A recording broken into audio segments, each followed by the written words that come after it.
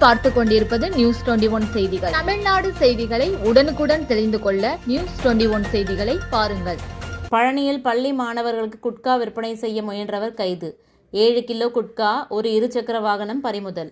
திண்டுக்கல் மாவட்டம் பழனியில் அரசால் தடை செய்யப்பட்ட குட்கா மற்றும் புகையிலை பொருட்கள் விற்பனை செய்யப்படுவதாக டிஎஸ்பி தனஞ்சயன் அவர்கள் கிடைத்த ரகசிய தகவலின் அடிப்படையில் ஆய்வாளர் மணிமாறன் தலைமையில் பழனி அடிவாரம் காவல் நிலைய சார்பு ஆய்வாளர் ராஜ்குமார் மற்றும் போலீசார் தீவிர ரோந்து பணி மற்றும் கண்காணிப்பு பணியில் ஈடுபட்டிருந்த போது பழனி பாட்டாளி தெருவைச் சேர்ந்த ரங்கராஜ் என்பவரின் மகன் விஜயகுமார் குருமம்பட்டி பள்ளி அருகே பள்ளி மாணவர்களுக்கு விற்பனைக்காக காத்திருந்த போது அவரை பிடித்து விசாரணை மேற்கொண்டதில் 7 கிலோ குட்கா மற்றும் புகையிலை, ஒரு இருசக்கர வாகனம் பறிமுதல் செய்து விஜயகுமாரை கைது செய்து வழக்குப்பதிவு செய்து சிறையில் அடைத்தனர்.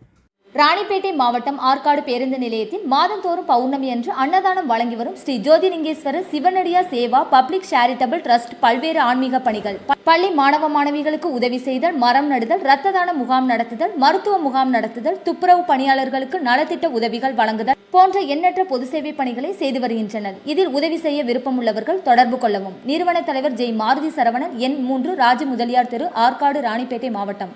மேலும் விவரங்களுக்கு 9040405952 8098187924 என்ற எண்ணை தொடர்பு கொள்ளவும்.